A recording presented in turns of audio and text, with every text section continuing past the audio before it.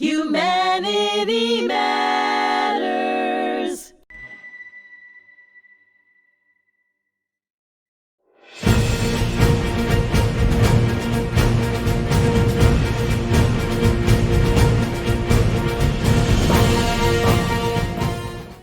Welcome back here to the Fogmore Humanity on HMTV. I'm your host, Richard Acritelli.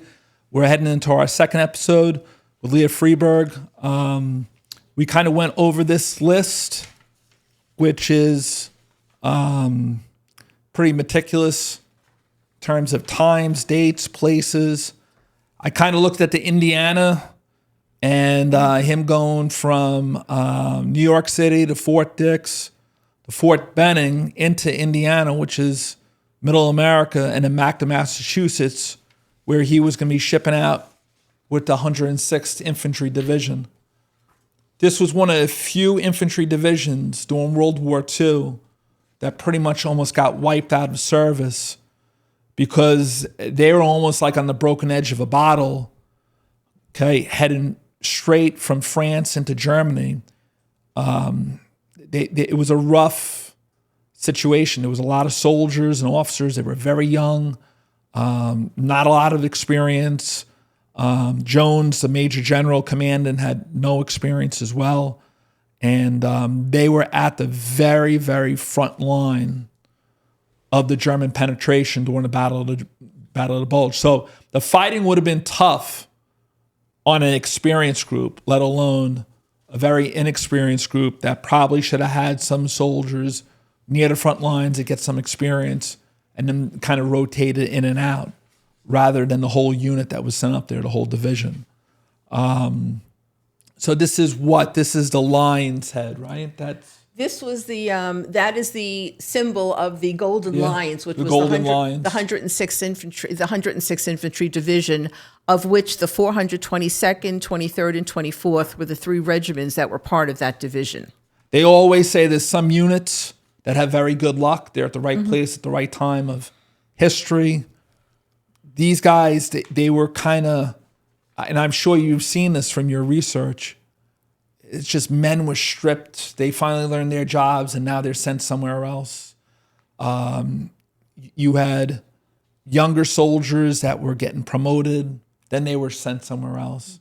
And they almost took several different types of groups of soldiers and threw them together. And they're the furthest east, most likely, of American soldiers at this time here. And they were in a bad spot, real bad spot. And it's just something. Now, you have your father's Purple Heart, which is here. I do. Okay. Again, we never knew that he was awarded this. So Army Service Forces, Philadelphia Quartermaster Depot, Philadelphia, PA. It's an honor for me to forward this decoration, which is being sent to you by direction of the Adjutant General of the Army, Roland Walsh, Brigadier General, USA Commandant. Now, does it say the date on any of the paperwork of when he received this here? It says, I have a letter from the War Department that is dated November 3rd, 1945. Wow. And it says, to the Commanding General in Philadelphia, the Secretary of War directs that the Purple Heart be forwarded to the commanding officer in Asheville, North Carolina, for presentation to Private First Class Jerome L. Frankel, the medal to be engraved for wounds received in action on or about the 19th of December, 1944 in Germany. Do you know what those wounds were by any chance? Yes. Shrapnel in his wrist and trench foot. Wow. The issue with his feet, which again plagued him for his entire life. Would you ever see your dad walking like gingerly? Was there ever times where, like, I don't know, maybe one form of weather over another, like, wreaked havoc on it? Absolutely. He didn't have any issues walking, but when it was wet and damp out, it was a problem for him. You could just see it in his face? Yes, as he always said, his feet hurt then. And I can only imagine, because that's how it happened. It was cold and damp, and they didn't have the right footwear, and that's what happened. And your dad always had that reminder? Always. Right? Always. His feet were very discolored. They had like yellow stripes all through them. There might have been days that your dad was feeling just fine, but then he looks down on his feet and then it comes back. I'm sure. Right? Again, you know what it is? He never complained in that way to us, but I'm sure himself, I'm sure that's exactly what he could have been thinking. You know, we were supposed to do this podcast on Friday, and at the VFW in Rocky Point, I have the museum there, and VFW Post 6249 is a very large and very productive VFW. Nick LaLota, the congressman, was presenting the Purple Heart to a Vietnam War vet. It was just in the paper. It was like on all the news and stuff like that. He had the Bronze Star and the Purple Heart, but the Purple Heart was never amended, I guess, officially in his records. And they just rectified that. And it was something like 50 years later, Wow. 53 years later. And it's just something. And you hear more and more of those stories where, you know, they were due, you know, I guess this recognition. I guess that's probably the best way of putting it. Right. And Jerome L. Frankel. And now this is his picture. So I was saying to you off camera that he looks like a student that I could have had teaching. Exactly. He was 19. Wasn't even 20. Today, he wouldn't be able to get a legal beer, right? If you think about it, you know, like 19 years old and in the service, and he's all over America, and then he lands in France, and it's pretty, I mean, he enlisted pretty quickly, I would suspect, after graduating from high school. I mean, very quickly. Yes. Unlike, the only thing I don't know is whether or not he may have started some post-high school education. Yeah. That I don't know. But that only went so far. Right, it because was very short. Very short because the dates itself. Now, you look at this picture of your dad, what do you think of? What kind of memory is that? It's, you know, he was so young here. It was, when I first saw this, it was just something that was even hard to believe. He looked like a kid. Yeah. He really, really did. I mean, obviously, based on the way I knew him, much older, much more mature. It would even be hard to reconcile this, but he just looked like a young kid. Now, that is a Jewish prayer book that you Yes. have. Was that something that he carried on him into the POW camps, or is that something later on that he received, most likely after he got out? That I'm not sure of. I can't imagine. Because if he throws his dog tags away, then he Yeah. throws that away as well. I can't imagine he would have carried this Yeah. with him into the camps, because that would have been a giveaway, obviously, that he was Jewish. Yeah. He must have had this afterwards. I don't know the chronology of that, but I can't imagine he would have taken that with him into the camps unless he hid it very, very well. Yeah. Which I'm sure the Germans knew. Yes. Everywhere to look. And, you know, it's amazing. So now you have pictures here. I have pictures of when my husband and I toured this area back in 2019. And just for a couple of them, I do have. Did you do some research before going over? You kind of knew where you wanted to go? Yes, I knew exactly where we wanted to go. This is a picture of Schoenberg. This is where the 423rd was captured. Oh, wow. And that looks like a pretty traditional town with the houses and everything? Yes. How were the Germans to you when you were going there? Did you tell them why you were there? We were on a tour with a private tour guide, so we really didn't have a lot of interaction with the local people, but we were able to go into a very, very small museum that was opened because our tour guide knew the person who was managing the museum. And it was very interesting because it had a lot of the uniforms and a lot of information about what the 423rd was involved in. They had pictures of all the Can I see that uniforms. there? Yeah. I would imagine that, was he a military tour guide? My tour guide was not a military tour guide, but he immersed himself and became very knowledgeable about the entire area and what happened during the Battle of the Bulge. This was our tour guide. His name was Carl Wooters. He was excellent, as a matter of fact. All right, so here's a picture of an American soldier and a German, maybe officer, and then coming very close in terms of practically being on top of each other during the Battle of the Bulge. This was a picture of the museum. It was called the Bulge Relics Museum, and this was the small museum that we were in. And this is in Germany? This was in... Belgium? It was kind of like Belgium, Luxembourg. Now, this here is the tour guide in the middle. Mm-hmm. You said that he was very good? He was excellent. How was his English? Pretty strong? Pretty Excellent, good? Yes. We actually took, we were in Brussels and we took a train to Liège. Okay. And then he picked us up in Liège and then drove us all the way south to where we were touring. It was quite a trip. It was quite a long trip. Now, you guys go here.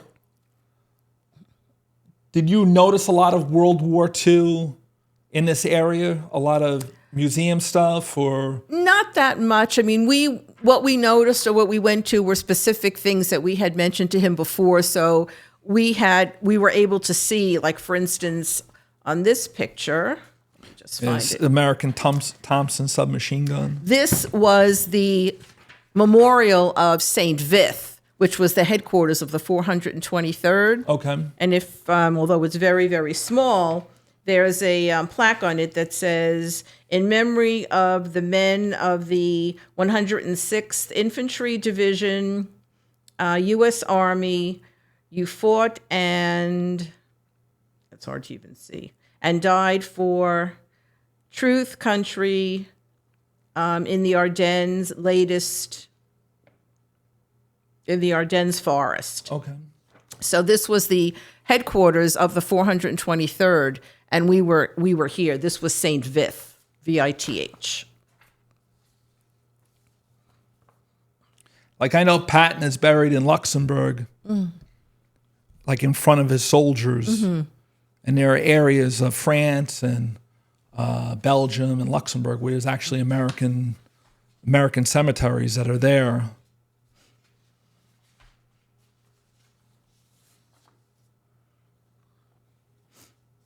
This is pretty remarkable. This I obviously took off of the internet, but the reason I took this was because on the march from Schoenberg to Gerolstein, which was that 20-plus mile trek to the train that took them to Mühlberg, there were thousands of prisoners of war who were on that march. And this is one of the pictures that I picked up of all of the men who were marching. And this was one of the churches that I believe they may have actually stopped in for the night. But you can only imagine the thousands of prisoners of war that were marching in the freezing cold over 20 miles, only to be shoved in a cattle car and then taken off to a POW camp in Germany. You can see it in their faces. They're cold, they're tired. Yes. You have black soldiers that are in there as well. And then you see the Germans just looking, just with probably some happiness, but some shock too, that there's this amount of soldiers that were taken. I'm sure that there were a certain percentage of them who never made it onto the cattle cars. I mean, it was freezing cold. They died on the journey there. Yeah, there was no way that a certain percentage couldn't have. The conditions were horrible. And then if you ever heard of Malmedy before with Joseph Piper, that that SS colonel had his men shoot Americans that they gave up. They were prisoners of war, and they killed them right then and there. And then what is this one here? This was the church where some of them may have actually stayed overnight. The troops may have stopped there overnight on their long trip from Schoenberg to Gerolstein. When did you get this list from your dad? Had to be much later, right? After he passed away, when I found that green metal container, military folders. I opened it up, and all this paperwork was there, all of it, everything. In the original documentation, I mean, you can see how frayed the edges of the paper are. Did it answer some questions a little bit in terms of why your father was quiet about certain things? It answered a lot, but I just think that it was just so shocking. More than even answering questions. It was shocking. Yeah, this is what my old man, my pops went through, right? You know, it was interesting. We took one picture when we were in the forest there, when we were talking about the Siegfried line with those dragon's teeth. And here I have a picture of those dragon's teeth, and it's just unbelievable to see what this looked like. From what I read, the Siegfried line was 320 miles long of these things. It's unbelievable. It's something because they went through the Ardennes in World War I, then again at the start of World War II in 1940, and then Hitler tried to do it again to drive that wedge to Antwerp, and it was tough getting through these lines just with the trees, in terms of the forest. Now you throw this in there. It was impossible. Yeah. I mean, these were cement blocks. So I think, walking through this and it was freezing when we were there. It was March of 2019, and it was freezing cold when we were there. We were in our winter gear, and it was just unbearable. I can only imagine what it must have been like there in December when there was snow on the ground. There was ice. I mean, I'm sure that it was probably snowing when they were there. And again, they didn't have the right clothing. I can't even imagine. Did you go to the prisoner of war camp or whatever remnants there was of it? No, we didn't go. We didn't go that far into Germany. I think that after I did this, I think it was definitely enough. Yeah. I don't know if I even would have wanted to see that. After reading all of this, I could only imagine what it must have been like. Any reports that your dad was like interrogated or anything like that, or was it so many men at that time that the Germans?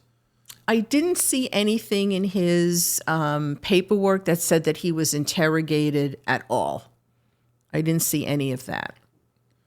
I think they were, burdened. Mm-hmm. You want to get these great victories and everything else, but now they have all these soldiers at the very end of the war, right, in a brutal weather, and they have food shortages and everything else.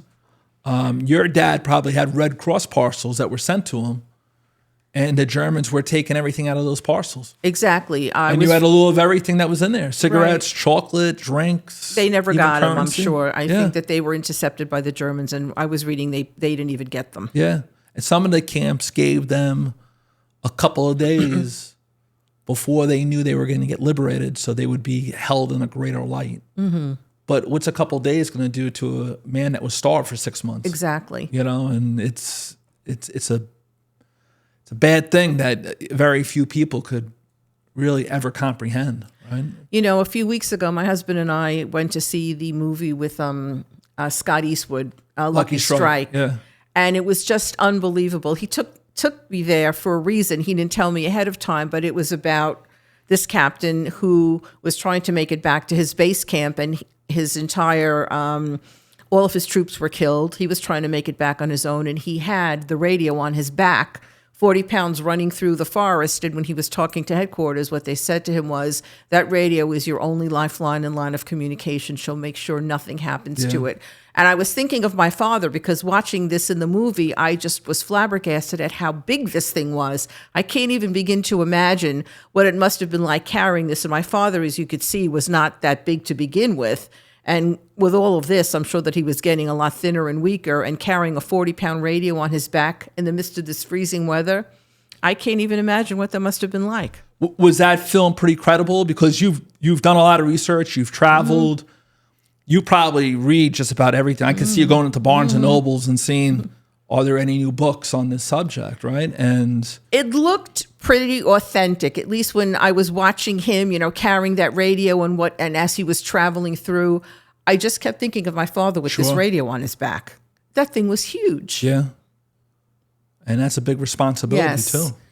That's why I believe, based on what I've read, he was in the front lines, because they had to stay close to the commanding officer so that they could communicate all of his orders everywhere else. So I'm sure he was in the front lines. What else do you have there? I have some additional pictures of when we traveled, but I have a lot, of my father's paperwork, obviously his honorable discharge. Where did you get that? From the Records Bureau? This was all of his Stuff in his files? This was all of his. What I did do, interestingly enough, was I had sent away for this prisoner of war medal, which I believe President Reagan had instituted when he was in office. And the interesting part about it was that when I wrote away to the military, it seems that the building where all of their records were kept had burned down.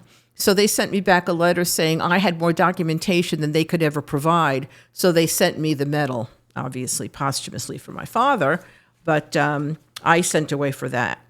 You know what the interesting thing is we're here in the Holocaust Museum in Nassau County. You had a huge concentration of American veterans on Long Island, prisoners of war, and Holocaust survivors. And at one time in my class, I had a liberator and a liberatee in terms of an American airman who got shot down twice over Europe, Mike O'Shea. And they were kind of looking at each other. And the one man was High Horowitz, who would come in here. And I think he lived down in Belmore. And they were talking to each other, but they were kind of feeling each other out in terms of their experiences and stuff like that. And you think what both those men had seen, right? And then they come back here, they have families, they're working, they're handling a lot. This is something, this medal. Yes. Now, do you have anything else here that you'd like to? I'm just going to go through it and see if there's anything. Was your father ever like in a VA when he came home or anything like that? Did they try to evaluate his feet and his wounds? If he was, or if they did, he didn't tell us. That's all I could say. He didn't say anything to us. I'm kind of curious to see what Razor Germany would be. That would be definitely further east, because if he was liberated by the Russians, and he was held on by the Russians for, it looks like at least a couple of weeks, where some people said, some officers said, don't surrender. We're better with the Germans. We don't want to be taken by the Russians. I mean, look at the irony of that. One piece of paper that I have that's somewhat interesting is my father sending communication to, I guess, his congressman in the House of Representatives, because he asked for his being awarded the Purple Heart. And he said, I was discharged from the Army relating to prisoners of war from the separation point, Camp Breckenridge. Before I returned to the United States, I met my former officers in France. They told me that due to the sudden German offensive in December, they were unable to put through the ratings to which we communications men were entitled, but that they would be put through retroactive upon their return to the United States. I was also to be put in for a commendation for my work during the combat period. At my rehabilitation station in Asheville, North Carolina, I filed 2 affidavits for the Order of the Purple Heart. Wow. One for a shrapnel wound in my right wrist and one for my frozen feet. As of yet, I have not yet received any word in regard to any of the above matters. So he put in the request for that. He might have been questioned about his experience, and somebody said, you have to look at your record. And if this stuff isn't there, this is important. So he was able to finally get it. And finally, he was awarded what he was due. But you didn't see any of this stuff until so many years, decades later, right? Well, after he passed away, I didn't even know this medal file folder existed. He put it somewhere. I have no idea where. And after he passed away, we started going through everything, and that's where all of this was. And it's just amazing because so much of it is the original paperwork. It's something, right? You can get lost looking at all this stuff here. Well, the thing that's the most amazing was the meticulous schedule of every place he had been during his service, every single date. Every date here. Every date is accounted for. And you can use that as a guide to trace this online to see exactly what was happening at every one of those points. He was 18 years old here, November 23rd. Leah, this is outstanding. This is really And thank you for your dad's service, and thank you for coming down here today. We appreciate it, and sharing all these stories, this history, which is extremely, extremely important. Well, thank you for having me, but I think what's really important to know is that truly my father was a survivor. Yeah. He was truly a survivor. There were so many men who absolutely could not have survived this. How he managed to survive being in the forest, making that trek to Schoenberg, walking 25 plus miles to the train station, being hurled into a cattle car, spending 4 months in a POW camp. Yeah, and suffering along the way. Suffering along the way. That's a survivor. Yeah. And he raised a family and, took care of a lot of responsibilities along the way. But Leah, thank you very much for coming down. Thank you so much for having me here. This is the list of all the different places, dates, times that were just meticulously recorded. This is something else. Okay, this has been Rich Acritelli here on HMTV. Thank you for being with us today, and we'll see you again here on the Fog of War and Humanity. If you enjoyed exploring the information, history, and stories in today's conversation, be sure to check out our other podcasts here on HMTV. Please subscribe, share, and stay connected for more engaging conversations. Humanity Matters.